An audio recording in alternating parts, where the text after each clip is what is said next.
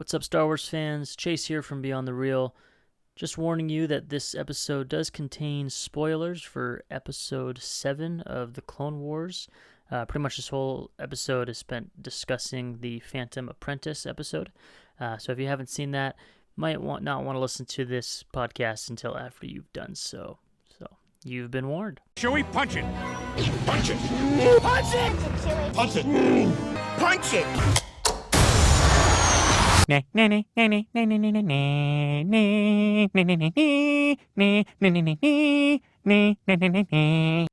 there, and welcome to another episode of Star Wars Beyond the Reel. I'm Chase, and with me as always, co-piloting this crazy ship is Preston. Preston, how you doing? I'm doing well. How are you doing today?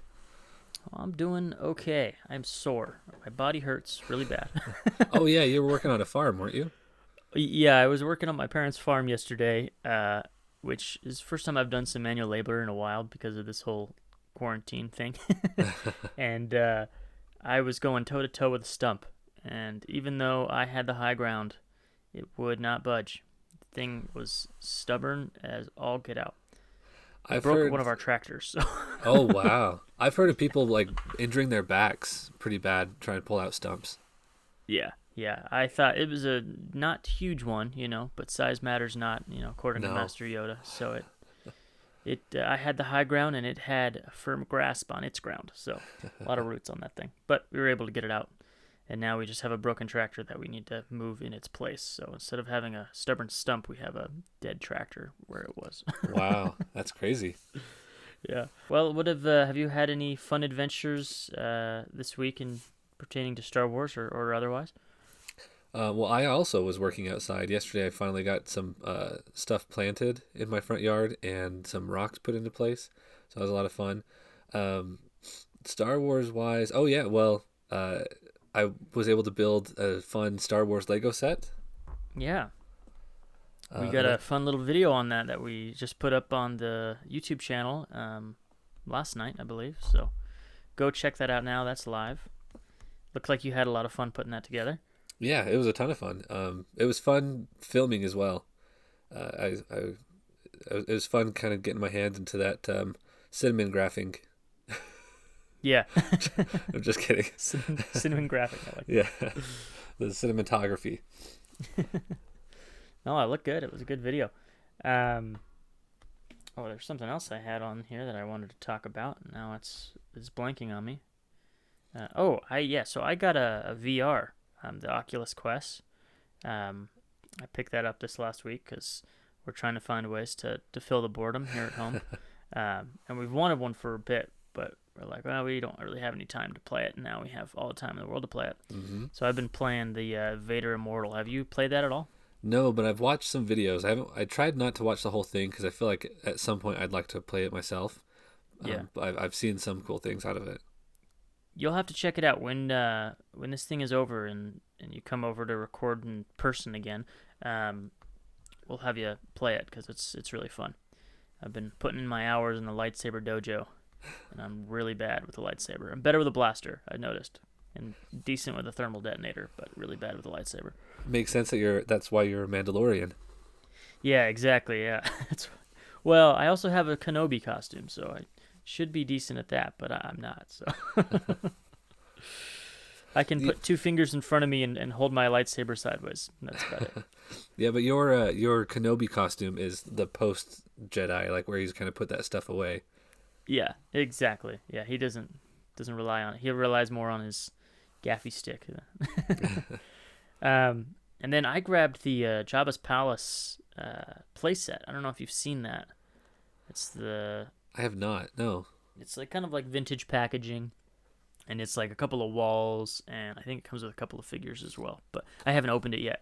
But it's one that I wanted for a long time, and it was like $55 or $60 for it, and then I saw it finally on sale for like half off at Walmart, so I nabbed that. So oh, awesome!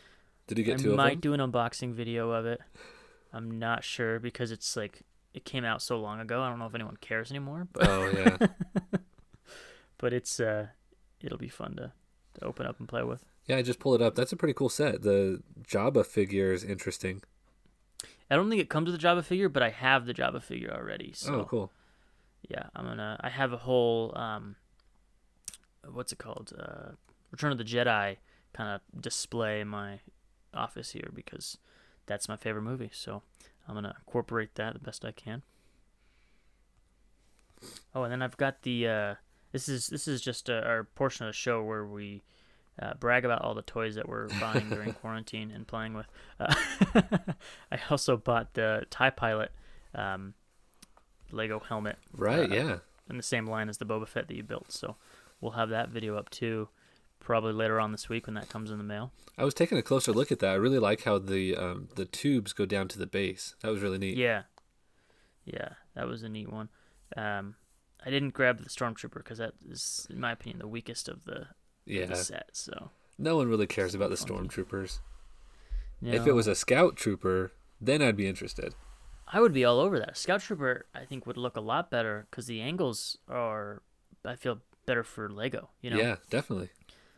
I think the issue with the Stormtrooper overall, the one that they're coming out with, is it's mostly white, obviously, but because it's Lego and it's not a smooth surface, it has to have, the studs, like that block look, the studs, right? It creates a lot of shadow, which really makes it look more cubical than it does round. Where like the Boba Fett is, that darker green, and the black, obviously, on the TIE Pilot, you don't see those shadows as much. Yeah, I think with Boba Fett, they did a pretty good job. Like, they made the visor and some of the face pieces and the ear pieces, the details, out of the smooth, studless Legos, which contrasting with, like, the whole dome is covered in studs. So, like, those smooth pieces kind of make it look better. Yeah, I prefer, it sounds weird, but I like when the Lego almost doesn't look like a Lego, because it's like so creative that it looks closer to the original model of whatever they're trying to emulate. Yeah. Like the ones that I think really good as a Lego themselves are the Star Destroyer and the Millennium Falcon. Just because there's so many greeblings on them anyways, having those studs showing doesn't really detract from it. That's true. Yeah, I hadn't thought about that. I was looking at my at my Boba Fett helmet and then referencing the what was in the movies. And I realized that I think that not just Boba Fett, but all the Mandalorians that they're coming out with now are having a much straighter faceplate than what Boba Fett had originally, because his kind of flared out towards the bottom, almost bell-shaped. Yeah. And now all the Mandos are much more vertical. They are, and especially the ones in the animated series, or in Clone Wars, they're much more pointy and elongated. Yeah. Which is... It's kind of cool. There's a lot of different Mando helmet designs now, but I liked Boba Fett's original design, but if you don't have the right body type or like the right armor to like perfectly go with it, it does look like a bobblehead a little bit because it's just so big at the base. Yeah, it looks short and fat compared to the Mando stuff that they've come out with recently, and I feel like this one, this Lego set, is more trying to appeal of how we think of Boba Fett's helmet instead of what it actually looked like in the film. Yeah. And I could see that being really tough to try to pull off in a Lego build, is to have that slight, where it like tapers upwards. Yeah. Because then you'd have to put everything on an angle. But yeah, I'm excited to see the new Black Series helmet when it comes in the mail this week. And you've got lots of cool toys coming. I do. I've spent way too much money, man. I'm done. I'm done spending money. I gotta hold myself over. Hopefully quarantine's only for another week or so. Oh, I doubt it. Yeah, we will see. And then, that's gonna be all of my things to brag about, I guess, for this week. You want to go ahead and go into the news? Sure, yeah. This first one, I'll introduce this one because it's probably the only one that I'm familiar with. Because I saw this on Twitter that Anthony Daniels, he posted, I guess it was on Instagram. He posted a picture of him in a makeshift recording booth in his home, it looks like, and he's recording some new lines for something. Did he say that it was animation? Well, that's what the headline here says, that it's an animation project. It says project, it doesn't say series, so I don't think that means we're getting another, Clone Wars or Rebels type situation. Right. Although it could be. But it could be, a series of shorts, like, Forces of Destiny or Star Wars Adventures When I For saw Galaxy of that, Avengers, I mean. I did get excited, thinking like, oh, maybe it's for a video game, maybe it's for Oh yeah, some animated series, and then I realized like it's probably just for some promotional small thing. yeah. I don't want to get my hopes up too high because it might just be something like the Forces of Destiny. Well, we're getting to that time again, and we've been here for a while where we don't really have any Star Wars coming out on the horizon. Yeah, But there's so many projects just being thrown around, rumored like, oh, this person's doing a series. Like we'll get into it more in the news later because there's a couple more stories like that. But it's all up in the air, like what's coming. The only thing we know for sure is Mandalorian season 2. yeah, yeah. So everything else is like it's happening. Even some of it's confirmed, but we don't know when. We don't know, what. We don't know where. So. Well, there's one other series that's confirmed, but we'll get into that later. It's not a real story series though. Let's see. Oh, the audiobook for Dr.Aphra was announced. I think it might have been announced before we did the last podcast, which was just a couple of days ago. But we didn't talk about that there. Did you ever read any of the Aphra comics? I did.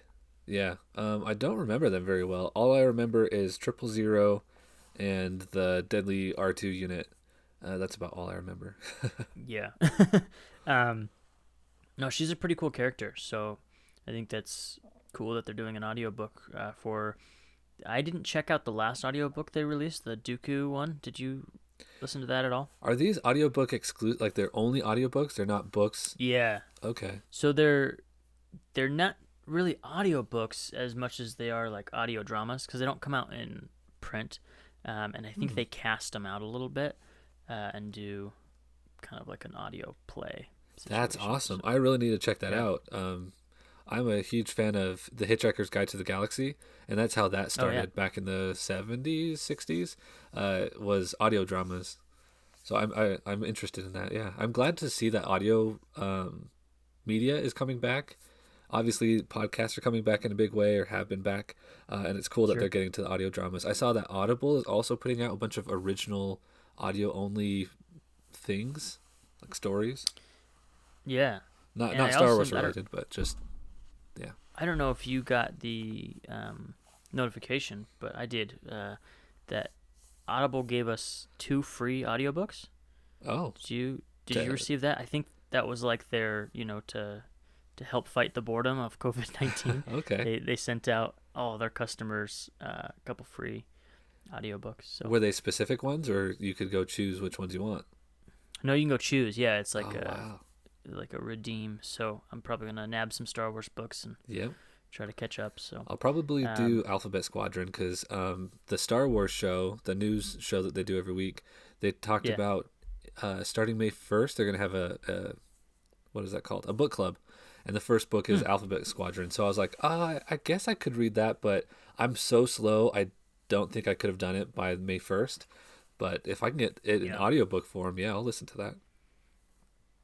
Yeah, go check it out. See if you have that email. Could have, I don't know, but that's what I got, and I figured that was the case. They were sending it to everybody. But cool. Let us know in the comments if you got one, and if you're listening to this, and if you've commented, because no one's ever commented. The next bit of news here is talking about the Mandalorian documentary series. The trailer just came out a couple days ago, and it was awesome. It was really fun to watch. I watched it like 4 times already, and I'm super excited for that documentary series to come out on May 4th. Yeah, this is something that I knew would be right up your alley because, one, it's Star Wars and Mandalorian, but then it's also like the behind the scenes of the filmmaking process, which you are very interested in. And Taika Waititi's in it, and he's my favorite director. He's so freaking hilarious. I love it. So I know. I honestly at this point, to watch his process. I could watch Taika Waititi just like sit in a white void for an hour. Yeah. Exactly. I've watched a couple of his like interviews where they ask like the internet's questions or something like that, you know, and he's just so sarcastic. Like the interviewers like don't know how to respond to him. It's great. So entertaining. Well, that was my wife's reaction to Jojo Rabbit. because I did not tell her what it was. I just said we're gonna watch a movie called Jojo Rabbit, and so we start watching it, and it starts out with Nazis, with like the kid dressing up in his Nazi uniform, and she's like, what is this? And she was like getting ready for a World War II documentary, and then Hitler came in, and it was Taika Waititi, and he was cracking jokes, and she turned to me, and was like, "Can I laugh at this? Is that okay?" Am I allowed to think this is funny? So I feel like that's his modus operandi, is that you don't know how to react to him, but you're always entertained. Well, we might have talked about this on previous episodes because he is my favorite director, and we've talked about JoJo, I know. But have you seen Boy yet? I think I've asked you this in the past. It's a movie called Boy. No. It's kind of similar in the way where you're laughing, but you don't know if you should be laughing at the situation. It's not, anything as heavy as like the Holocaust, but it's about this kid who has kind of this absentee dad who comes back and then is a really bad influence on him and in his life. Uh-huh. But it's really funny. And so like you're laughing along and you kind of like the dad who's played by Taika Waititi, but at the same time you realize that he's a scumbag, and like you feel bad for the kid because he's getting roped into his dad's like terrible life, but you're laughing along. So it's like one of those like, oh man, I feel really bad, but both of these characters are so charming.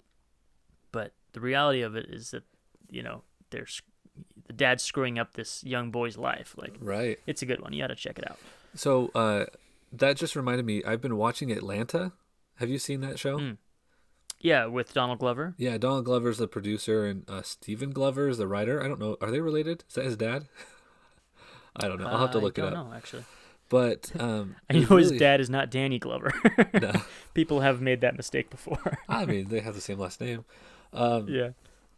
Yeah, so that one's really interesting too, because I'm still trying to figure out what to feel about it, because in one scene they're going to like a drug deal, and as they roll up, the guys are like, they pull a guy out of the trailer, out of like a storage bin, and then make him run into the woods and then shoot him as he runs away. And so it's like super intense, super dramatic. And then as it goes on, like the friend had handcuffed himself to the case of money, but he forgot the key. And so he's freaking out, like watching this all happen. He's like, I can't get my hand out. So when they finally are about to make the deal, he explains like, hey, I forgot the key. I can't let go. And the like mobster boss is like, well, we can take care of that. And you're thinking like, they're gonna chop off his hand or something.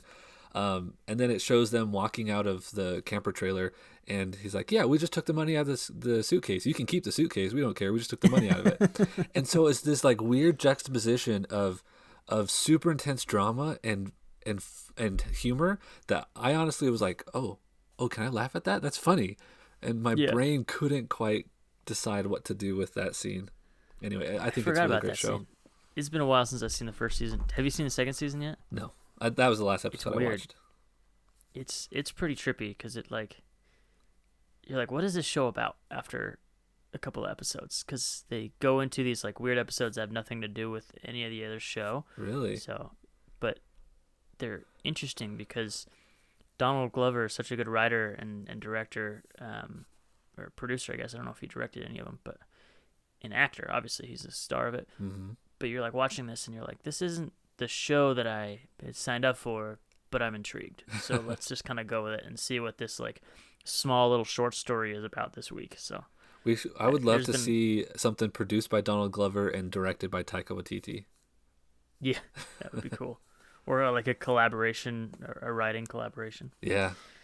Maybe something Star Wars. They've both done Star Wars. So that's true. I forgot that Donald Glover was Lando. Yeah, Lando and IG-11 can get together and have an adventure. That'd be so cool. That would be a good duo. Even though, spoiler alert, IG-11 is no longer. Yeah. I would also like to see more of Donald Glover in the MCU. From what I remember, his whole role was cut. Like they were setting him up to be somebody. Not Prowler. I was gonna say Panther. I guess Black Panther's somebody else, but Prowler, I think, is his name. Yeah. Perhaps. My understanding But is that was kind of cut, that they decided not to go that direction. Yeah, I don't know if they have the liberty with their deal with Sony to do so, to use Miles Morales, because his character was the uncle of Miles Morales. Oh, right. So, because they even mention him in one of the Spider-Man movies where he says, "Hey, man, my nephew loves you and like looks up to you," and so he's referring to Miles Morales there. But I don't know if they have legal use of that name or that character, so we'll see. I'm just glad that Anyways, back to Star Wars. Yeah, Star Wars did not get split up. Can you imagine if like the prequels were owned by one company and then the original trilogy was owned by another? That'd be horrible. That would be so bad. Like, Disney is doing, some okay stuff with some of the characters they own, and then Fox, before the merger, let's say, had some of the other characters, like they did X-Men, and they're just like screwing them up, and everyone hates it, except for the one Darth Maul film that they really like, which is like their Deadpool. Yeah. Well, it's a good thing that didn't happen. Yeah. Even though I feel like Disney, to a lot of fans right now, is almost like two different companies where they're coming out with some really good stuff and then some stuff that they're like, I don't think so. Yeah. I feel like they're killing it in TV right now, and we'll get to that. Today's main topic is how great Clone Wars is so far. Like right now, it's so great. We'll get into it. But our last story for the news is going to be that the showrunner Leslie Headland of Russian Doll is tapped for new Star Wars Disney Plus series. I don't know if that's a rumor. You can actually click on the story here and read it. This is just a headline show, everybody. You need to read our articles. It says Variety and The Hollywood Reporter are reporting that Russian Doll co-creator and co-showrunner Leslie Headland has been hired to develop a Star Wars series for Disney Plus. And then it goes in and talking about her accomplishments there. So I saw on Twitter this morning, talking about this story, that it's rumored that it's going to have to do with the High Republic era, and that it's a show with another female protagonist, and people are freaking out about it because, of course, Wow. guys, there's okay, well, this might offend people if I say there's two genders, but there's a 50-50 chance it's going to be a girl, or 50-50 chance it's going to be a boy for the main protagonist, and people are going to freak out either way. Yeah. Well, it's so stupid. I just looked her up, and I would be surprised if it was not a female protagonist, just looking at her past work. Yeah, no, she's very much has done work with female heavy casts and about women, which makes sense, if when I write a lot of my screenplays, I write a lot about young teenage boys, because guess what? I was a young teenage boy, and I can relate to that, and I knew what happened in their heads. And I write women off, time to time, obviously, in my stories, and sometimes as a protagonist. But sometimes I have a harder time relating, and I have to consult someone who grew up as a girl in junior high, because I wasn't a girl in junior high at River. So yeah. It makes sense. It makes sense, and I've had some authors that like Andy Weir, for example. He wrote The Martian, which was a great book, and then he went and wrote Artemis, which has a female protagonist, and it wasn't as strong. And I think a part of that was he didn't quite get the female protagonist correct. Yeah, I just think it's hard to write something that you're not familiar with. You have to understand your character. Now, and I'm not saying, because that would be a horrible thing to say, that you have to be female to write female, or have to be male to write male. Obviously, Dave Filoni is crushing it with Ahsoka. That's true. But I feel like also he's not really going into... I mean, he did in a couple episodes, but he's not really going into what it means to be a woman in the galaxy. Yeah. Or what it's like being a woman Jedi Knight.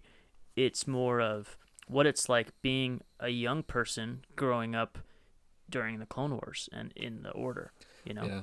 And he's also not Whether writing this in a void. He has staff members and people that can guide him. Oh, absolutely. Yeah. yeah, Star Wars is never written that way, I feel like. So I'm excited for this new series, whatever it is, whether it's female or male protagonist. It's just funny that people get, so upset over it because it's like everything Disney has done so far has been female protagonists. What about the Mandalorian, man? That literally is one of the most masculine, macho guys walking around the galaxy grunting at people there is. So. Well, and we had two trilogies with a male lead, so I think it's fine. People need to be stop being so fragile. News. Stop being so fragile. Yeah, exactly. Twitter maybe hasn't been good for me because I'll get on there and just be like, well, why are we arguing about this now? Yep. What are we going to hate on Star Wars for today?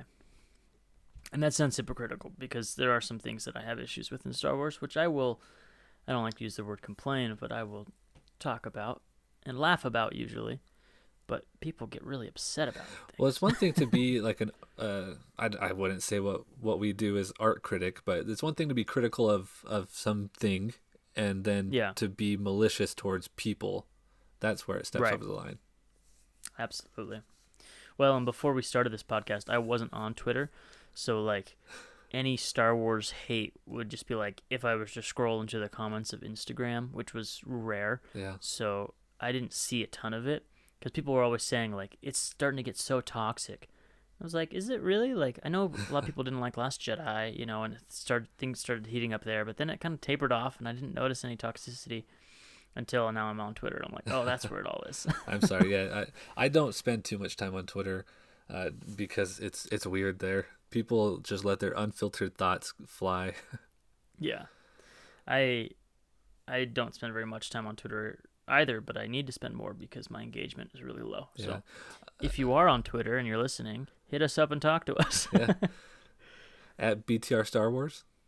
At BTR Star Wars, exactly. Sorry, were you going to say something there? Well, just to go back to my other favorite franchise, which is Mass Effect. I played Mass Effect when I was in college before I had any sort of real presence on the internet, and I finished the third one and loved it. Loved the ending, loved everything about it. And then it wasn't until like 3 years later when I started getting online that I learned that people did not like the ending to the third video game, and that people were super upset.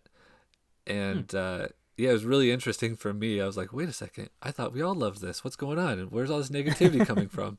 So I can sort of relate to your like jumping into that Twitter pool. Well, and I felt the same way about this last season or this last episode of Clone Wars. I thought it was unanimous that this was an incredible episode and everybody loved it to death. And I put a Twitter poll up on Twitter and a poll up on my Instagram story to see if people think this is the best episode of Star Wars, Clone Wars. And we'll reveal that at the end of our show here. But I was surprised to venture onto Twitter and to see people complaining about it and hating it and thinking Dave Filoni was ruining characters. And I was like, what? This is the greatest episode so far, in my opinion. Like, there was this whole thing about it made Maul seem like a total weakling because he was bested by a little girl. And I was like, oh my gosh. Going back into the whole, we have to always make the girl win. It's like, why are we so hung up on gender right now, people? Like, that's so weird. Ahsoka's an incredible Jedi. Did you not just watch the other 6 seasons of Clone Wars? Like, what is wrong with you? But that's a good segue to get into our main chunk of the show, which is going to be discussing the Phantom Apprentice. What do you think of that title? I love it. That should have been like a full movie. I love that title. Yeah, that was awesome. And obviously that's referring to Anakin, I would assume. Oh. Or maybe Ahsoka, but... Well, I was thinking Ahsoka because Maul is the Phantom Menace. Right. And, well, I guess you could say that Palpatine's the Phantom Menace, but Maul is the one that they're aware of in that film. I always thought, that Palpatine was the Phantom Menace in the Phantom Menace. Well, okay, here's the thing. You could say Maul is the Phantom Apprentice because he was the apprentice to the Phantom Menace. Yeah. So he's the Phantom Apprentice. Yeah. I have heard people talk about Ahsoka being the Phantom Apprentice, because she is no longer like on the front lines of the war. She's kind of become a phantom-like character, if you will. I heard somebody refer to both her and Maul as Ronin, which is a samurai term for a samurai without a master. So, yeah, it could be her. But I saw it as Skywalker because he was the key to all this. He was that. It was kind of shrouded in mystery this whole episode. Like, Ahsoka didn't know who Maul was talking about, and Maul knew that there was this apprentice to Palpatine that hadn't been revealed yet, and this kind of phantom character that was going to be the key to the destruction of the Republic and the rise of the Empire. So I just had a thought. Could be any of it. Yes. So while I was watching The Phantom Apprentice, I was thinking, for having a rule about only having 2 Siths, there sure are a lot of apprentices to Palpatine. It was kind of bugging me at first, like, well, how is he training? Like, while he had Maul, he was also working with Dooku and kind of building up Anakin. But I just realized, especially knowing what Palpatine did to his master, it almost makes more sense that he's not putting all his eggs in one basket, and that Oh, sure. he doesn't want to get too close to any one apprentice, or even let them become too strong, because he's willing to just throw them away and move on to the next one, because before they're strong enough to take him down, he just keeps cycling through them, until you get to Vader, who's so completely in his control that he feels that he can manipulate him and let him survive longer, I guess. And it's that way with most of the Sith that we see. I mean, obviously Palpatine does it. He cycles through. Dooku even does it, where he has Ventress become like his dark assassin, is what they call her. They don't refer to her as a Sith. But you can tell that he's grooming her for a Sith, because Dooku in his mind is thinking, okay, one of these days I'm going to overthrow Palps, and I'm going to be the Emperor. I'm going to be the big man in the Sith, and Ventress will be my apprentice. But then Ventress no longer is useful to him, so he casts her aside and says, okay, I'm going to get a new one. I'm going to go get Savage Opress. And then, that doesn't work out. He'll cast him aside, and he's very eager to just get somebody to join him to fit his need at the moment. That's how kind of all the Sith are. Right. Vader did that. Did you ever play Force Unleashed? Yes. So it's not canon anymore, but he did that with Starkiller, with Sam Witwer, who plays Darth Maul in this episode, which was amazing. But yeah, he casts him aside when he's no longer useful to him, and or doesn't play into his hands perfectly, and then he goes for Luke and says, okay, Luke will be my new apprentice, and we'll overthrow the Emperor. That's just how the Sith are, man. It's all a game of. It's kind of like Game of Thrones. It's game of the Emperor's throne. They'll just backstab each other to get power. So, well, let's go into the episode kind of through in a chronological order, is the way I like to do it. First note I have here is, again, we got the OG Lucasfilm logo, so that's nice. Looks like they're probably going to be doing this for the rest of the series, which I like. The sinister music, it was kind of that Maul theme behind the red logo this time. Was pretty dope. Yeah, that was. I try to pay more attention to the music this time. Yeah, I did too. On the second time. The first time I didn't. I watched it again last night. So, no fortune cookie or recap or narration. So, none of the betrayal or whatever Admiral Yularen does. So I have seen. Oh, is that an actual character? Yeah. Oh, I didn't realize so that. The voice in the beginning is the same voice as Admiral Yularen, I believe is his name. He was the one. Well, we see him a lot, but do you remember in the Martez sisters episodes where Trace is like flying in the military lane? Oh yeah. He like contacts her and he's like, "Who is this?" Yeah, that's Admiral Yularen. Okay, cool. So he's also in episode 4, but most people don't realize that he's in the kind of conference call, or like the conference room The Zoom when meeting? Vader is Yeah, it's face to face in Star Wars though. There's no coronavirus. But yeah, when it's when he says you underestimate the power of the Force and is choking that guy in that room. So he's one of the guys sitting there. Oh, But, wait, he's a bad guy in Episode 4? yeah, he's an Imperial officer So on the Death Star. he stuck around the entire time. I didn't realize that. See, that's Yeah, what we talked about he last and week. Tarkin. Was it's weird to see these people who are right now good, but you know that entire organization is going to become evil. Yeah, and one of my notes down here, we'll talk about a little bit more, is seeing that switch over, gradually take place. So, Oh, I did want to say real quick on the no fortune cookie or recap or any of that. I have seen cinematic captures. I believe who it was on Twitter. He put together the last 20 seconds and the first 20 seconds of the last 2 episodes and just stitched them together seamlessly. Obviously, he can't release that, but he kind of just put that clip out there and said that he's doing that for himself.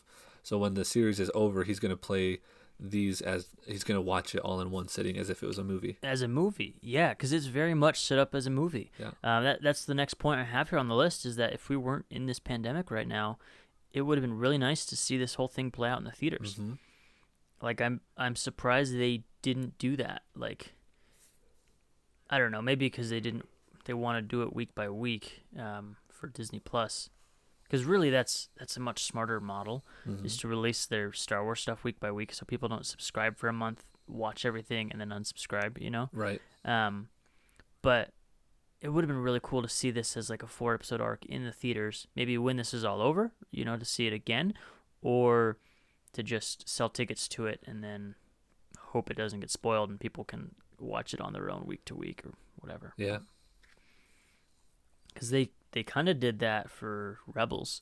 I don't think it was released to the public, but they did kind of a red carpet, and they invited a lot of people to come see the last 3 episodes as a movie. So I don't know how exciting that would have been.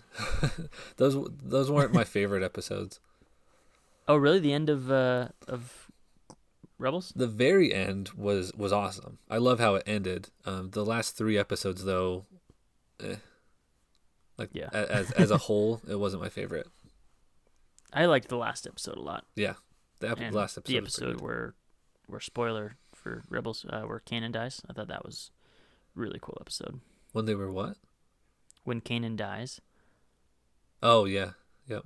Yeah, it was really good. I heard So canonized. I'm like, well, yeah, it's all canon. when it was canonized right at the end, yeah. No. The next point I have here is just Sam Witwer kills it as Maul. Yeah. Oh my gosh. I have the biggest nerd crush on Sam Witwer. Probably if I could just sit down and have a conversation with anybody in Star Wars, most people would say, Mark Hamill or George Lucas or, Dave Filoni.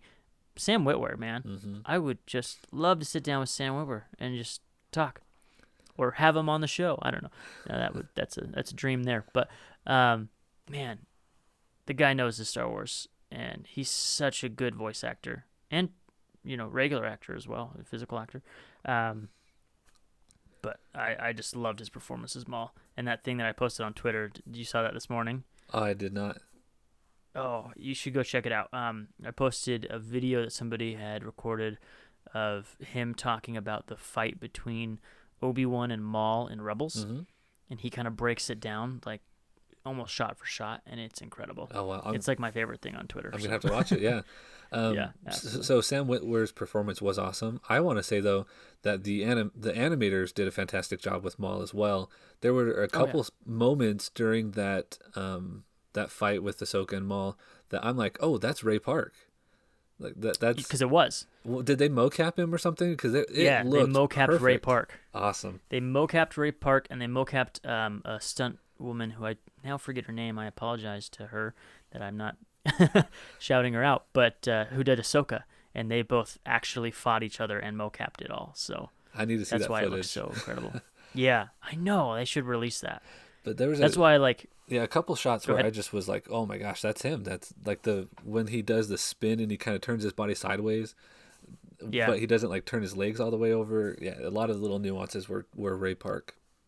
Well, and I have this bit later on the list, but where he opens his stance for their fight, and he like opens the lightsaber on both sides, and then like has his hand down to the side, is the exact same way he does it in episode 1. Yeah. When he starts his fight against Obi-Wan and Qui-Gon. So I thought that was pretty cool. Let's see. Oh, there was a quote here as we get into the episode. It says, "I wonder if the moment may be upon us." And it's just kind of showing that Maul knows the plan is unfolding.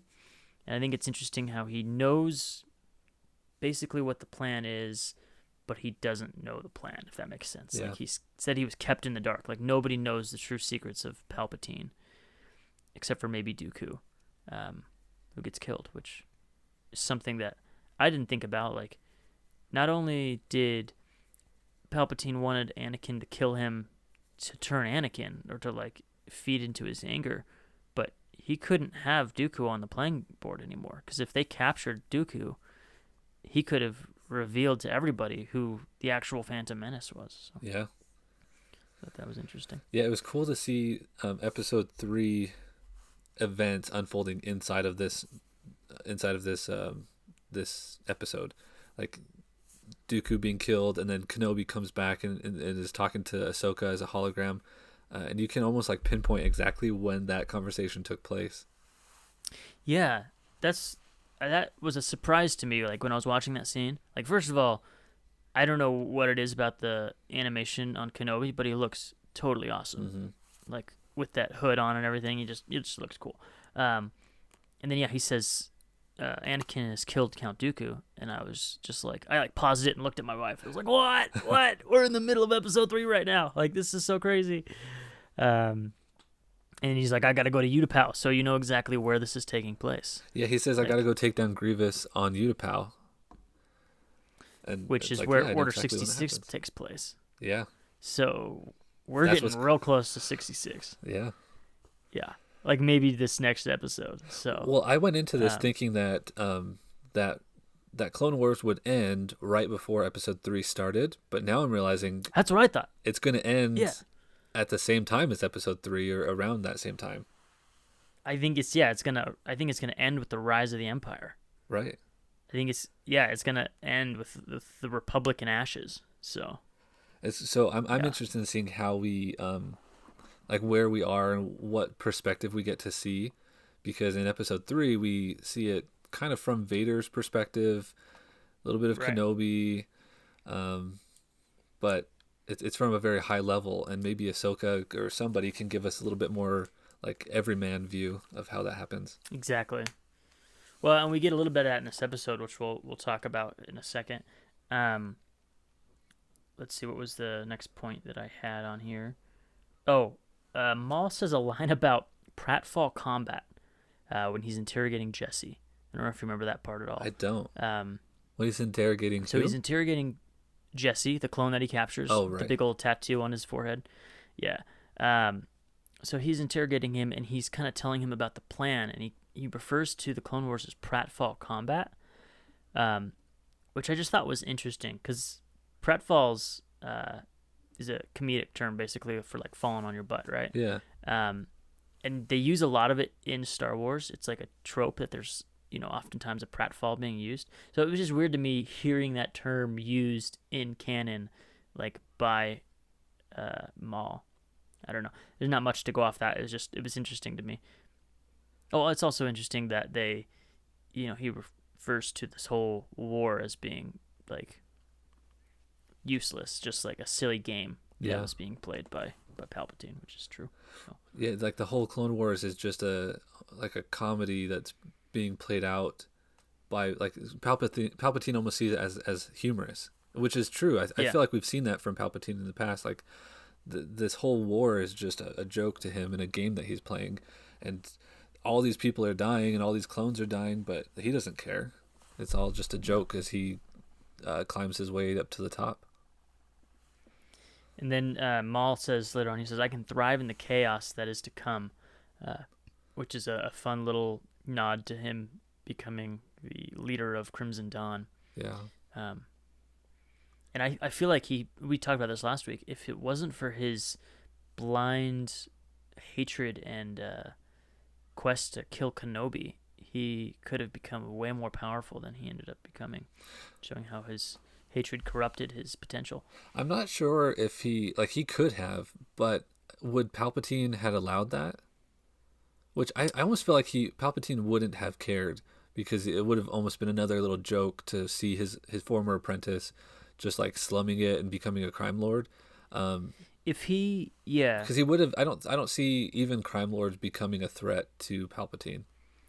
no, if he would have, I'm sure Palpatine would have had him taken out if he became too powerful and became too much of a threat that he would fight against Palpatine.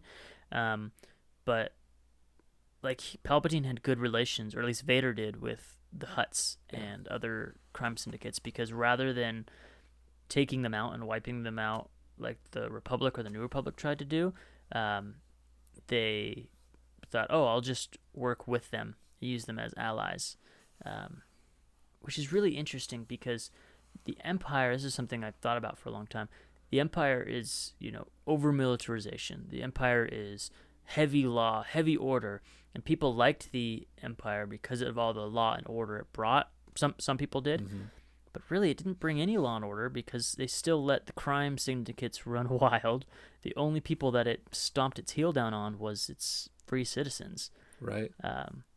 Where the Republic is kind of opposite, where it's like, oh, we're going to give people freedoms and choices, but we're also going to be really strict and heavy on these crime syndicates and these crime lords and pirates and stuff, and slavers. Yeah, the more I've read about Star Wars, like the novels of the Star Wars novels, the more I've realized the only people that really thrive under Imperial rule are the people that know how to play the game, the people that know how to fit into the machine and manipulate it for their own gain. The people that are just trying to live their lives free of all of that and not be involved are the ones that really get punished.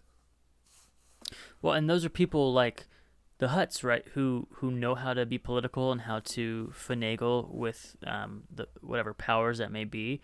Whereas we see in The Mandalorian, I feel like we have a rise in crime, but it's the lower level crime. Yeah. Right? It's more Wild West in this situation because the Republic hasn't reached out to the Outer Rims yet. The New Republic is small and kind of viewed as a joke to the Mandalorian and other people in the outer areas.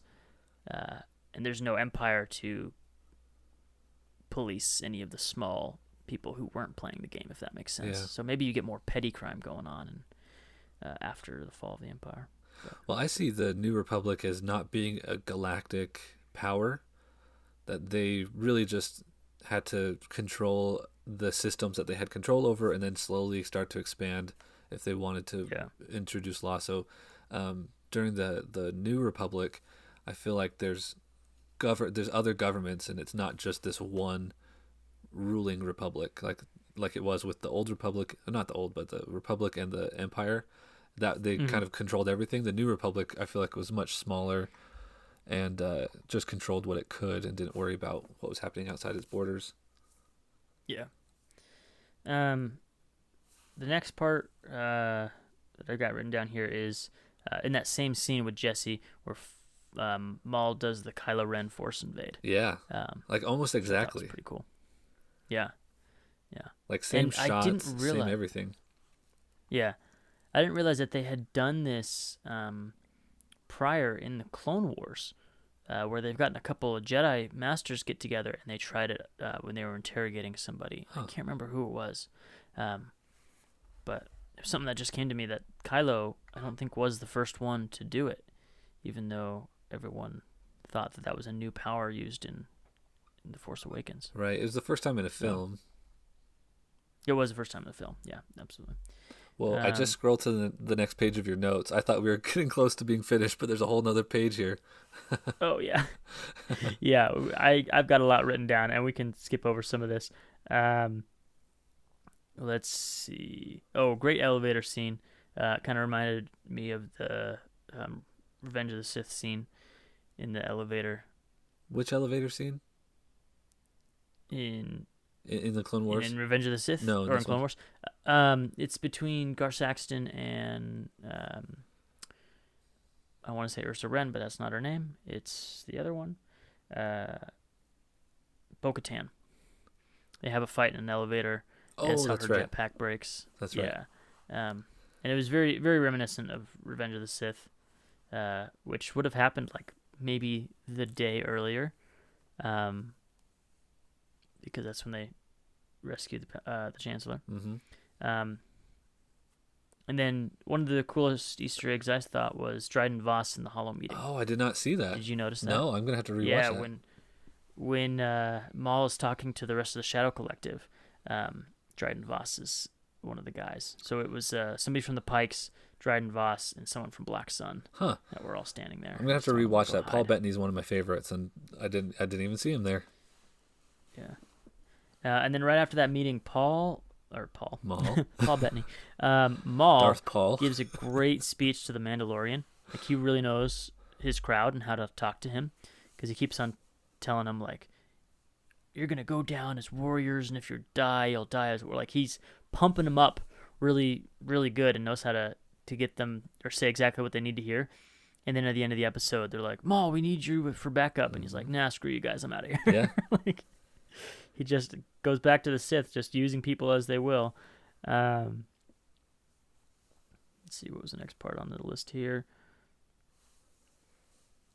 Oh, and then we get to showing the Republic occupying Mandalore, and we can see that they are no longer the good guys, and they kind of haven't been for a while. Like, they're doing things that is like, this is kind of Empire-like. Mm-hmm. And now, in this episode, it's like, you see the people of Mandalore are not happy about it. Like, they don't want to follow the clones. They don't want to, have them policing the cities. And even though these are good clones that we know, it's like, we know what they're doing is kind of wrong. I can't remember what Rex. I think it was Rex. One of the clones said something to that effect of like, "What are we still doing here?" And then Ahsoka's, or maybe it was a Mandalorian, but Ahsoka's response was, Yeah. "Well, when we capture Maul, then we'll leave." And so I'm Right. interested in seeing what happens this next week. Do they actually leave now that they've captured I don't think they Maul? ever do. Yeah. I think once they become stormtroopers, they stay and they keep their grip on Mandalore. Which actually makes a lot of sense, because Gar Saxton becomes the governor Yeah. for the Imperials for Mandalore. So I wonder if Palpatine comes over and is like, all right, you're getting put in charge because you're the evil dude here. Can you imagine being the clone troopers if any of them were still on Mandalore at that moment, but they're fighting against Gar Saxon, and then events kind of unfold, and now all of a sudden the Emperor is putting him in charge of you. Yeah. Okay, this guy's your boss. Listen to him. And he was the Like, one that what? you were trying to kill like a couple Yeah. weeks earlier. Yeah. Well, I'm curious to see what happens to the clones on Mandalore, because we know that Rex doesn't, flip the switch. He doesn't kill his Jedi, and so Well, his Jedi is Obi-Wan, right? right now it's Ahsoka. Yeah. Yeah, he's with Ahsoka. Yeah.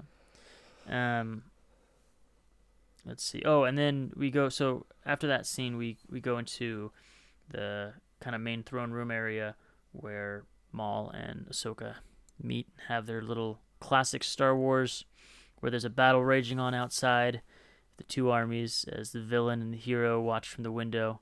And the villain taunts the hero and asks to join him, leading to a lightsaber duel / ground battle / space battles.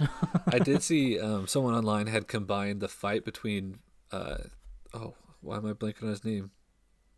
The purple lightsaber. Mace Windu. Mace Windu. The fight between Windu and Palpatine, when Windu kind of like hits the window and it shatters in Palpatine's office. Yeah. As soon as that shatters, they flip to this scene where it shatters in with Maul and Ahsoka. I love that shot though, Yeah, and that window explodes and the glass is flying and the sparks. Oh, it's so good. it was. It looked awesome. I loved this episode. It was great. And then Maul makes some pretty good points in his speech. I found myself wanting her to join up with him to fight Palpatine. I know Yeah. how it all ends, but I'm like, yeah, you two can take down Palpatine. Do it. Right. Yeah. And then And she said yes for like a second. She said yes, and then when she went back on that, I was like, no, he's telling you the truth. Yeah. I was like on Maul's side Well, for a second. it's the same thing that we get in episode 2 when Dooku is talking to Kenobi. And he's like, "Would you believe me if I told you that, senators or thousands of senators are under the influence of a Sith Lord?" And he's like, "You're lying to me, Dooku." And you're like, "No, he's not. Listen to him, Obi-Wan. Like, he's giving you the plot." Yeah. Yeah. And I think it's interesting how Ahsoka and him have had very similar but opposite paths. Same with Ventress as well, where they're both cast aside apprentices who have kind of come on their own to be something greater than what they were just as apprentices. Yeah. So that was kind of cool to see their similarities and differences. And then one thing I wrote down here when watching that scene is that Maul truly fears Palpatine. Like, when he was talking, he's like, "And soon, very soon, this whole thing's going to break down." Like, you could see it in his face and in the inflection of his voice that he was like, "We're not going to beat this guy. Like, we can try, you and I together, but there's no way of stopping this whole thing from happening. Like, we just have to ride through it and, like, try to kill Palpatine maybe." But he was totally afraid of him. He knows he can't do it on his own. What if Maul and Ahsoka are a dyad?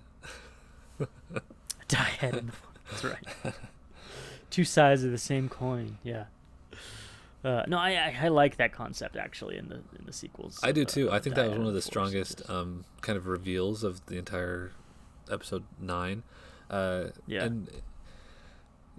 And I was actually watching one of your old videos about why Rey was so strong in the Force, and you brought up Avatar: The Last Airbender, and how like every generation maybe has a chosen one, and like what if this is this generation's dyad?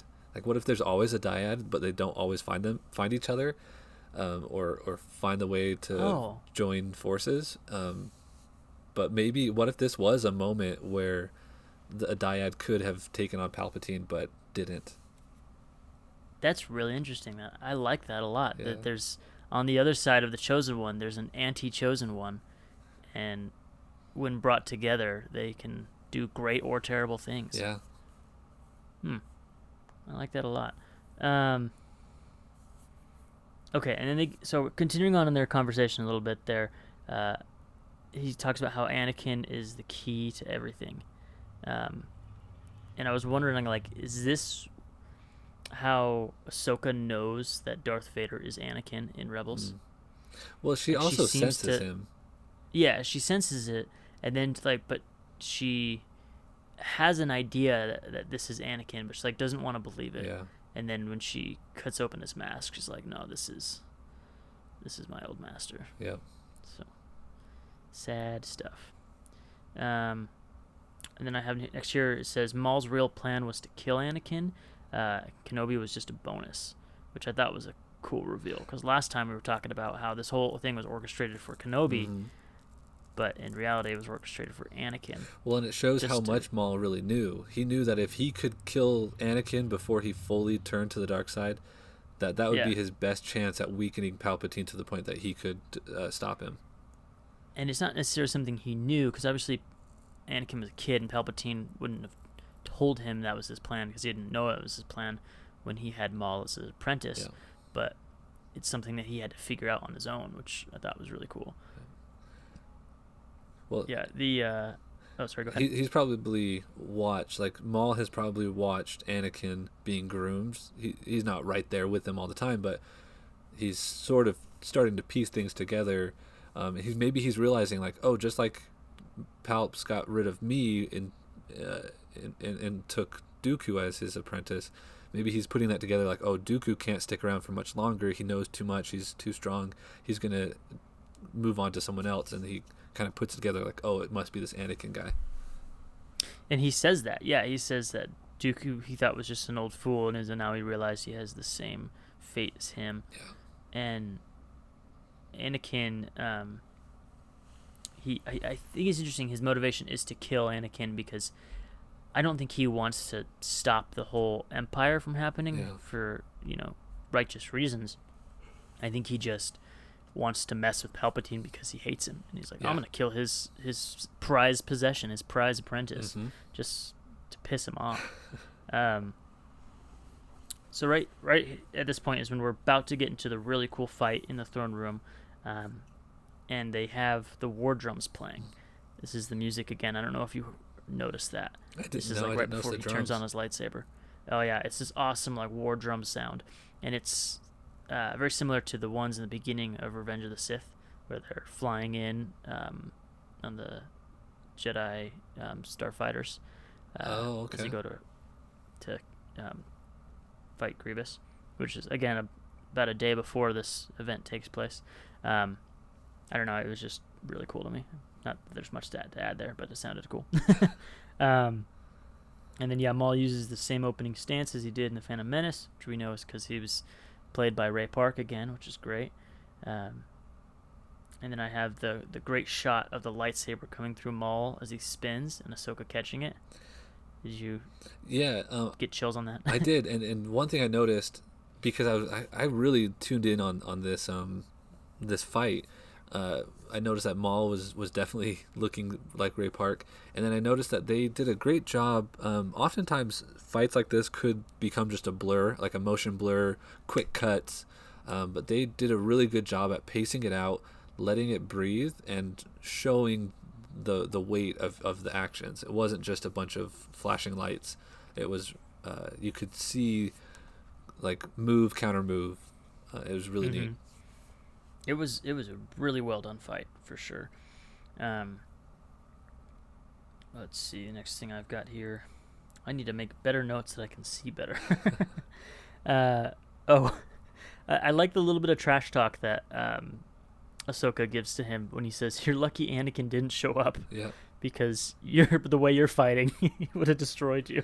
There's again, I keep going back to my Ahsoka book. I really need to finish it, but at the beginning of that, it kind of walks through a scene of Ahsoka and Maul fighting.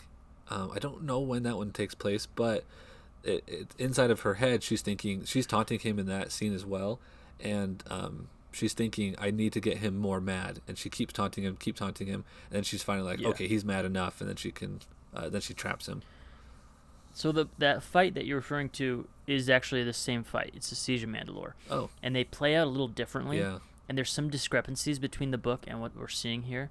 And some people are complaining about that on Twitter, but it's like, the books to me, they're canon, but they're like a little bit less canon. Yeah. Like if the TV shows or the movies contradict something that one of the authors wrote who are not the screenwriters, so they don't really collaborate all that often, just kind of sweep that one aside. Yeah. Just be like, okay, that story happened, but the way certain things happened were wrong. Is somebody's retelling of it, but what happened in the show is what happened. Because it actually, I guess it ends in the same way, but it doesn't get to that point. Because in both stories, Maul's captured, but in the book, there's actually a very short fight. Like I think their lightsabers meet once, and then she jumps back, and they put up a force field around where Maul was standing, and that was like the whole fight. Right. So she taunts him, gets him into the certain spot. They trap him, and then a bunch of clones come swarming in, and it basically ended with the same result, like Maul's capture, and clone troopers taking him. But this was much more interesting to watch than that book. Absolutely. Well, and the book also says something about like her green lightsabers or whatever during that part instead of the blue ones, and so there's like little things like that. So I don't know. I just kind of ignore them because they're really not all that important. So I'm glad that we got to see it though, because this was awesome. This was so good. It says here, Maul has no loyalty. This is the part where he ditches the Mandos. Yep. Where again Gar Saxon's like, dude, we need you, and he's like, no, you guys are no longer useful to me. You guys just. Go ahead. Well, yeah, I just realized, when did we see Maul captured and in the comic books? So I was watching Star Wars Theory, and he kind of talks through one of the recent comic books, and in that, Gar Saxon and a couple other Maldalorians. Maul is imprisoned. I don't remember why, but they come and rescue him. That was after, that's because Palpatine imprisoned him. Right, after he killed Savage Yeah. Opress in that whole fight. That's right. And they rescue him, and now I'm thinking he lost all their loyalty by turning them down, and now he's captured again, and there's no one left to rescue him. Yeah, exactly. And that's a good point. I didn't really think about that. Like he pissed off the people who could have helped him and who helped him previously. Yeah. Because he does have a line in there where he says, "You liberated me." Like, this is during his speech to him, and I was like, "You liberated me? Like, when did that happen?" And then I was like, "Oh, that was in the comics." Yeah. Because I was thinking about like Death Watch, and I was like, Gar Saxon didn't do that. It was Death Watch who, helped him rise to power, and then he betrayed Death Watch. And then Gar Saxon's like, "Oh, well, I'll help you." And then he betrayed Gar Saxon. Like, what do you think was going to happen? This guy does not care about the Mandos one bit.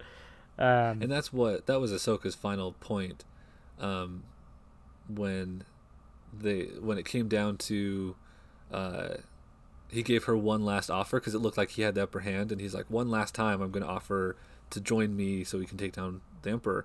And Ahsoka says, "No, I can't join you because even if I were to help you, you would just turn on me as quickly as you have everyone else."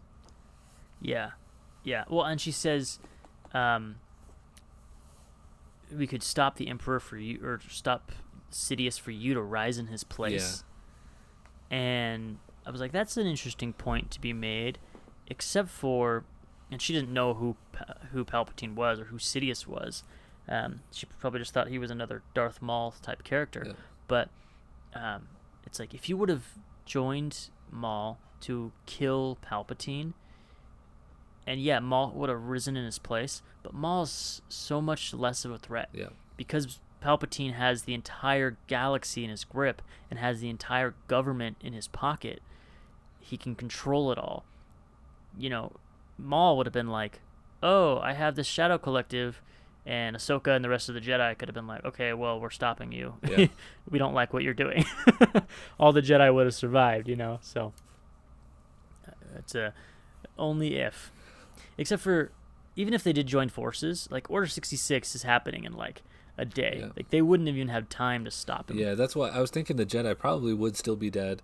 But if Maul and Ahsoka were to kill Palpatine in a year or whenever that could have happened, they are not a part of that bureaucracy, and so they wouldn't have you can't just kill the Emperor and say like, "Okay, I'm the new Emperor," because everyone else would be like, "No, like I am." Yeah, this isn't Mandalore. Right. It's not trial by combat. It would have been like whoever was designated as the next in line on the bureaucracy. Like, there would have been forms to fill out, and I don't think that Maul would have filled out those forms ahead of time. It's like Maul kills Palpatine, and all the senators just are like, "Oh, all right, you're the new chancellor," and they all just like bow down to him. Like, what? No.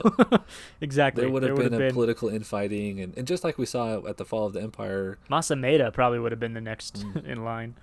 So, yeah, that if only that would have happened.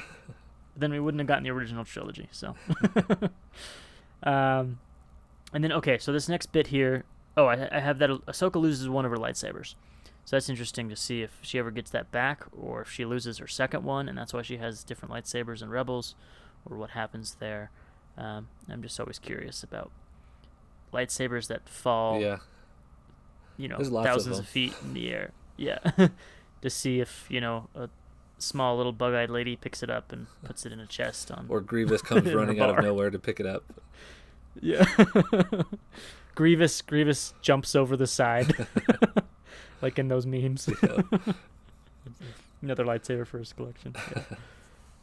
Moss and General Grievous are fighting over at the bottom of Mandalore, just playing tug of war. And then it breaks in half. Yeah. And then fixed for the next episode. Exactly. With like a little bit of space tape. Yeah, a little bit of space tape. I gotta say, real quick, episode 9 had a lot of space tape.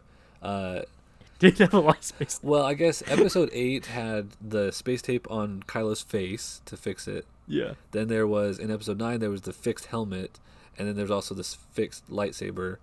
Yeah, there's and metaphorical space tape of just cobbling things together to try to make a story. yeah, space duct tape.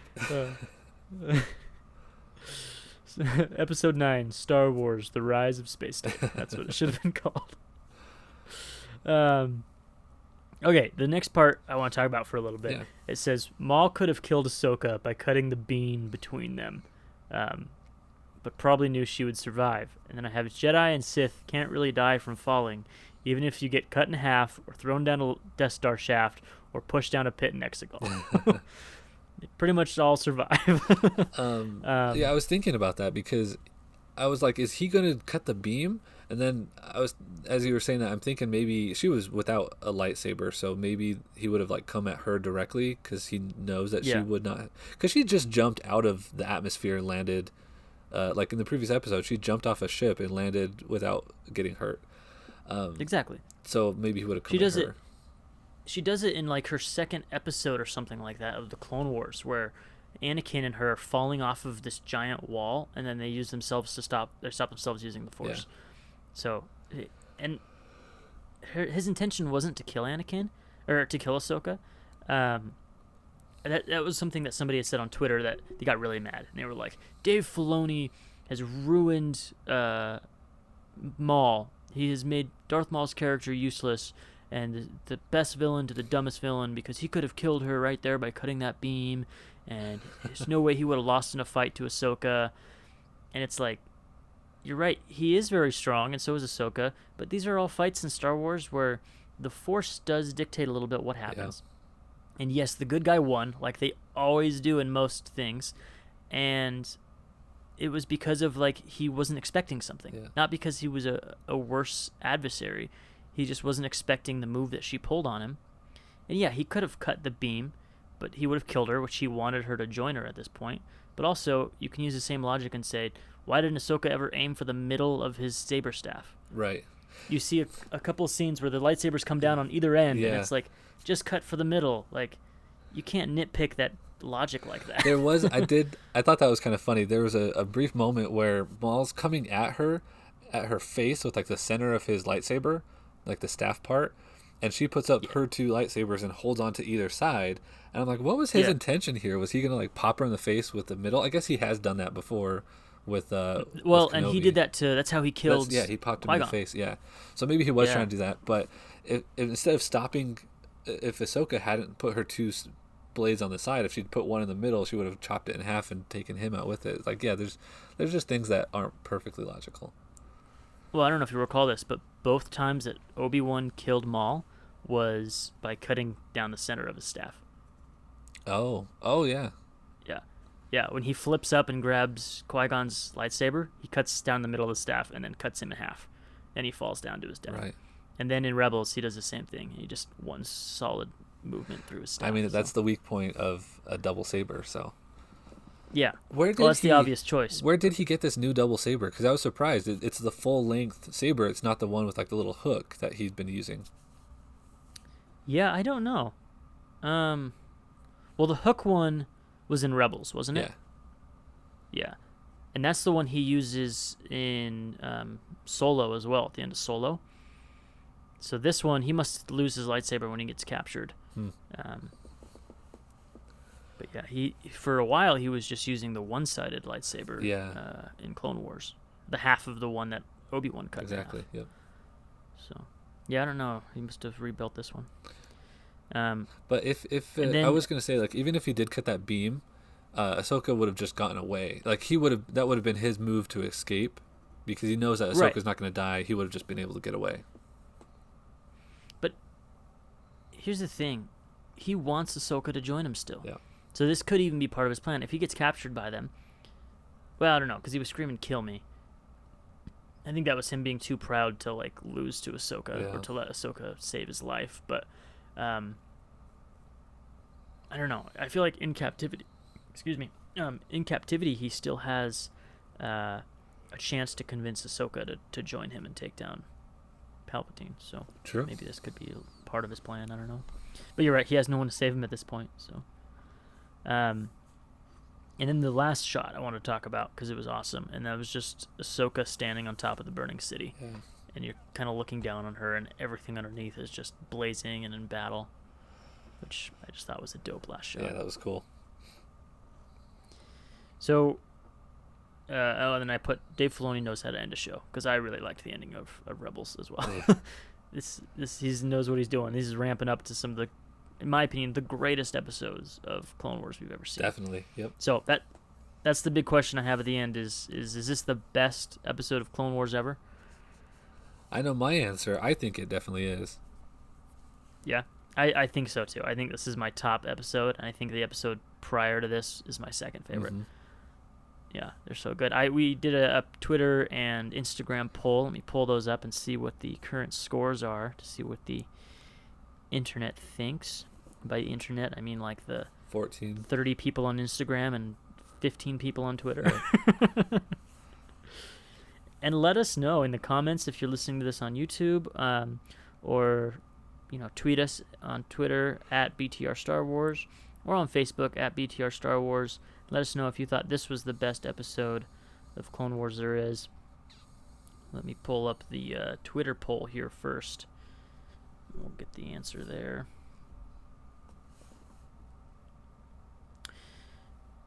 Okay, here are the scores. So we've got 69 percent saying that yes, 100%, this was the best episode.